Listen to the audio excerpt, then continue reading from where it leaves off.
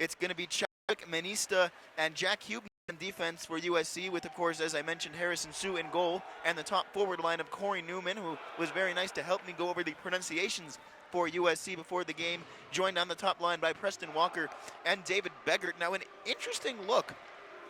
The starters for Oregon, a couple of names in the starting lineup. Danny Cocker a little bit too far in front. USC goes to get it there. And now it is kept in the zone by Scarlotta. He takes a shot, but not able to get it all the way through. Still in front, and that one just a little bit too far in front of Patrick Scarlotta. He had a good opportunity. A little bit difficult for me to see, not much elevation. There's a shot from USC, and it's up and over the glass. That was Brian Weiniger firing one toward Danny Cockrell, and Danny, not really too troubled by it, was able to watch it go by. So 18. Well, that's the Jake Yale unit out there along with Cody Dries, and it was Ryan Eberle alongside skating with them last night. It's Sam Rosenberg there now, so he's being used a little bit by Coach Rich Salahor as a utility player, kind of a offensive defenseman last night, but looks to be skating along that forward line. As we do have a penalty coming up here. We'll see who skates toward the box. It is the referee Benner making a cross-checking call. And it's number 13 for USC. That is Ellis Gould. Yeah, that's definitely interesting. Campbell tries to dig it out, and that one a bit of a giveaway. Trojans take it in the neutral zone, and now they'll try and set up offensively once again, shorthanded. Moving around, going back behind the net is 23 for the Trojans. That's David Beggart, one of their starting forwards. And now Oregon having to work to get this out of the zone on the power play.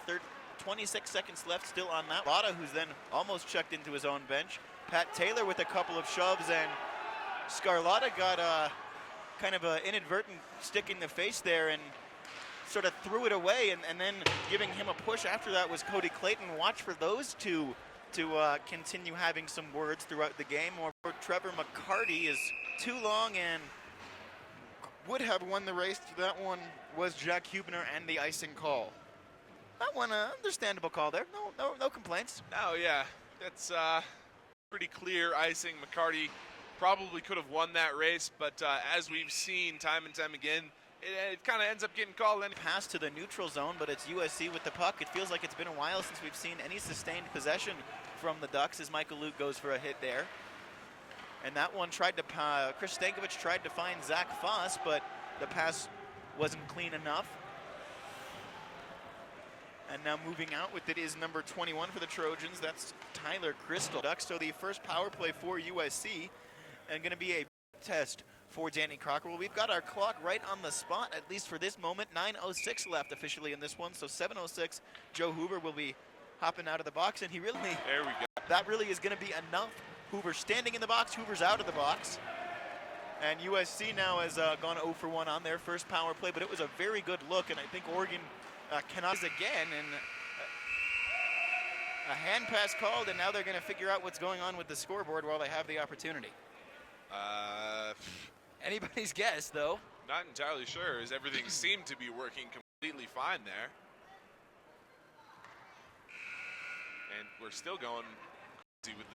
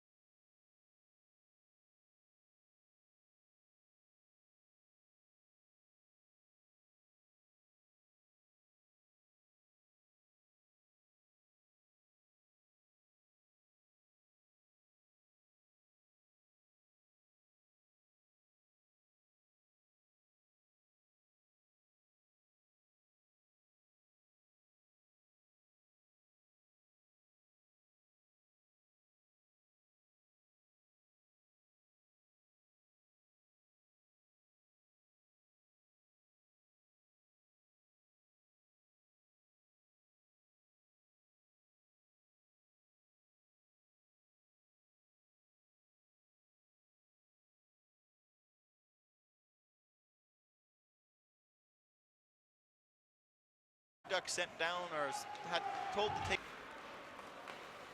And now more passing D from the Trojan. And puck glued against the boards in the corner. Now it's Taron Donnelly. He will just turn, set up, tries to get the clearance, and Jesse Leonard is out of the box. And this time, no too many men penalties. So the Ducks skating with 5 skaters for the first time. And I think is one of the more important things for this team because, you know, it's a better, you know, you might call it a bottom line, but I think it's a better bottom line than most teams at this level have.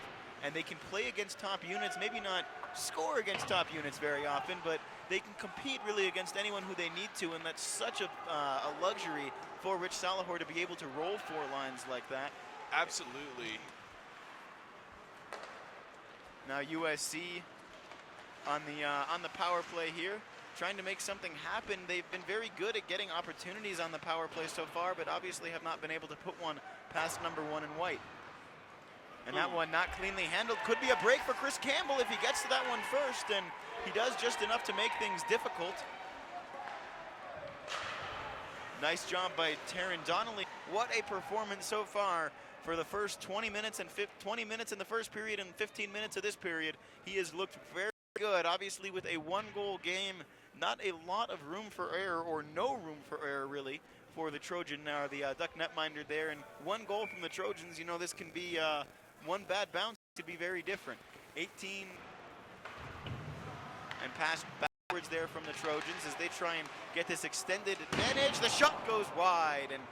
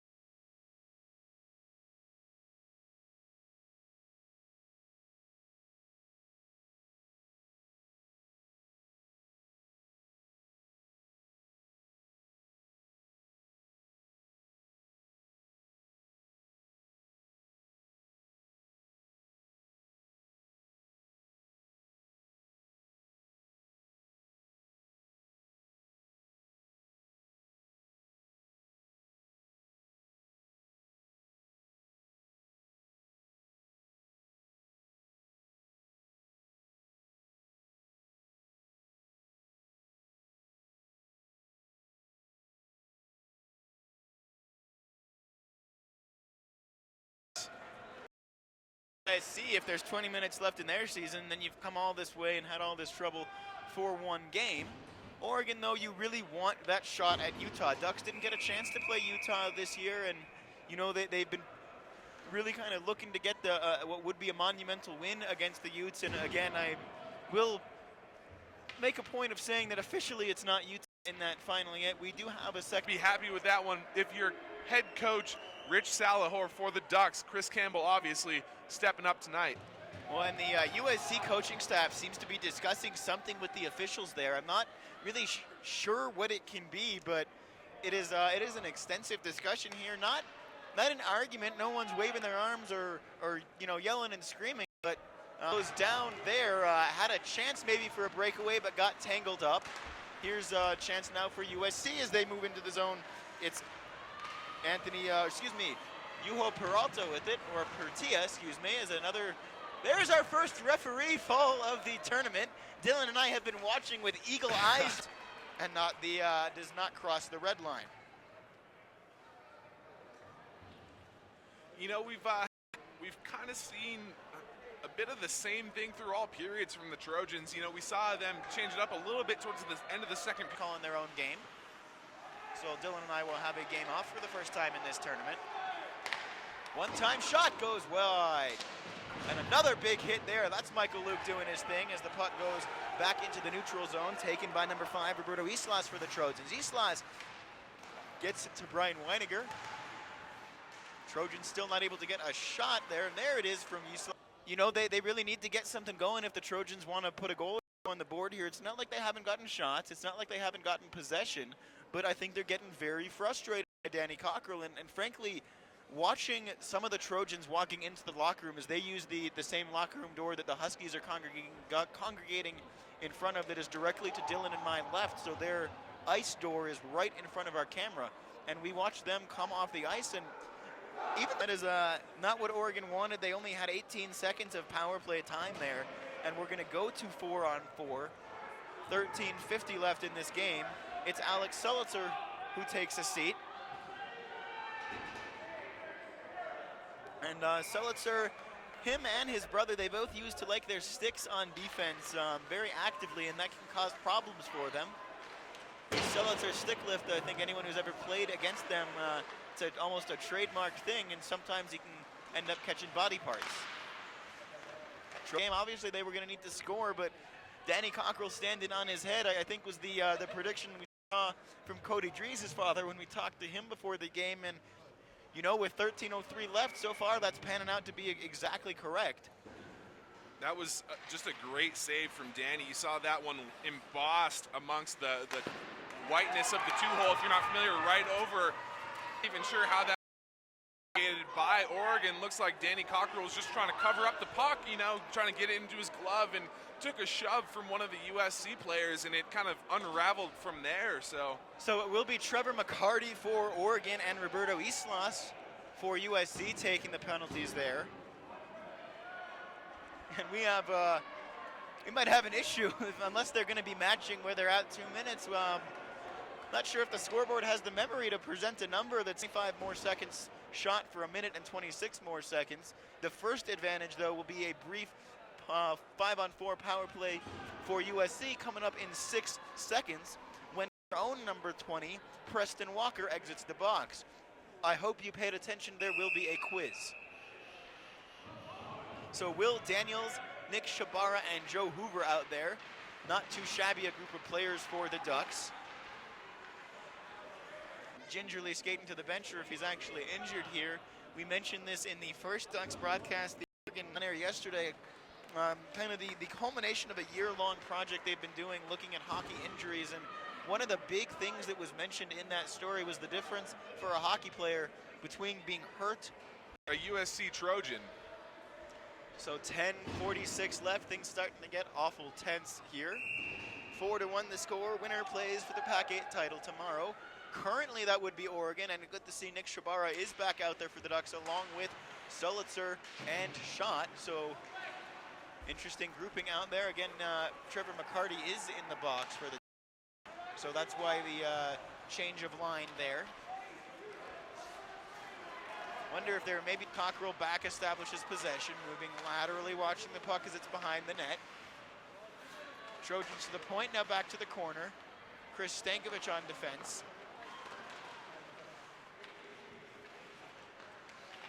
And now there it is, McCarty diving for that one, but he can't clear it.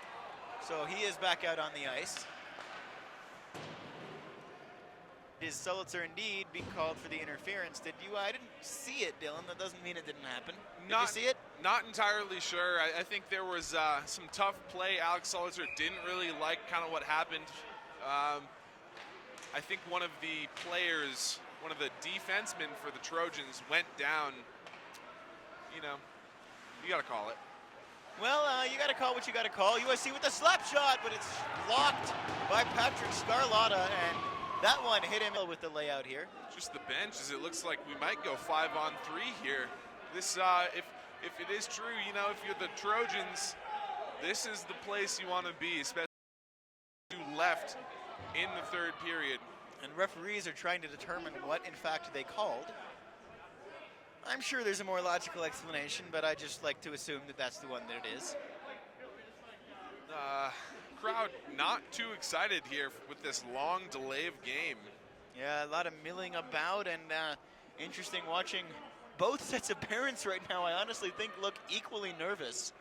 Even though they have this 5-on-3 power play, I think the Ducks have been able to pester the Trojans well enough that they can really kill this off. They have that shot, you know, so the Trojan fans definitely apprehensive as it stands down 3 goals. That's a tough hill to climb. Left. Well, I think the explanations have been doled out as Patrick Scarlotta and his USC counterpoint, and that would be Corey Newman, skated back to their respective bench. As a shot is fired right into the O on Danny's chest. 57 seconds left on the penalty to Selitzer, so still a long 5-on-3 here. Absolutely, and this is the time Danny Cockerill really needs to be in his skates. You know, he's getting tested quite a bit right here, as will happen being 5-on-3.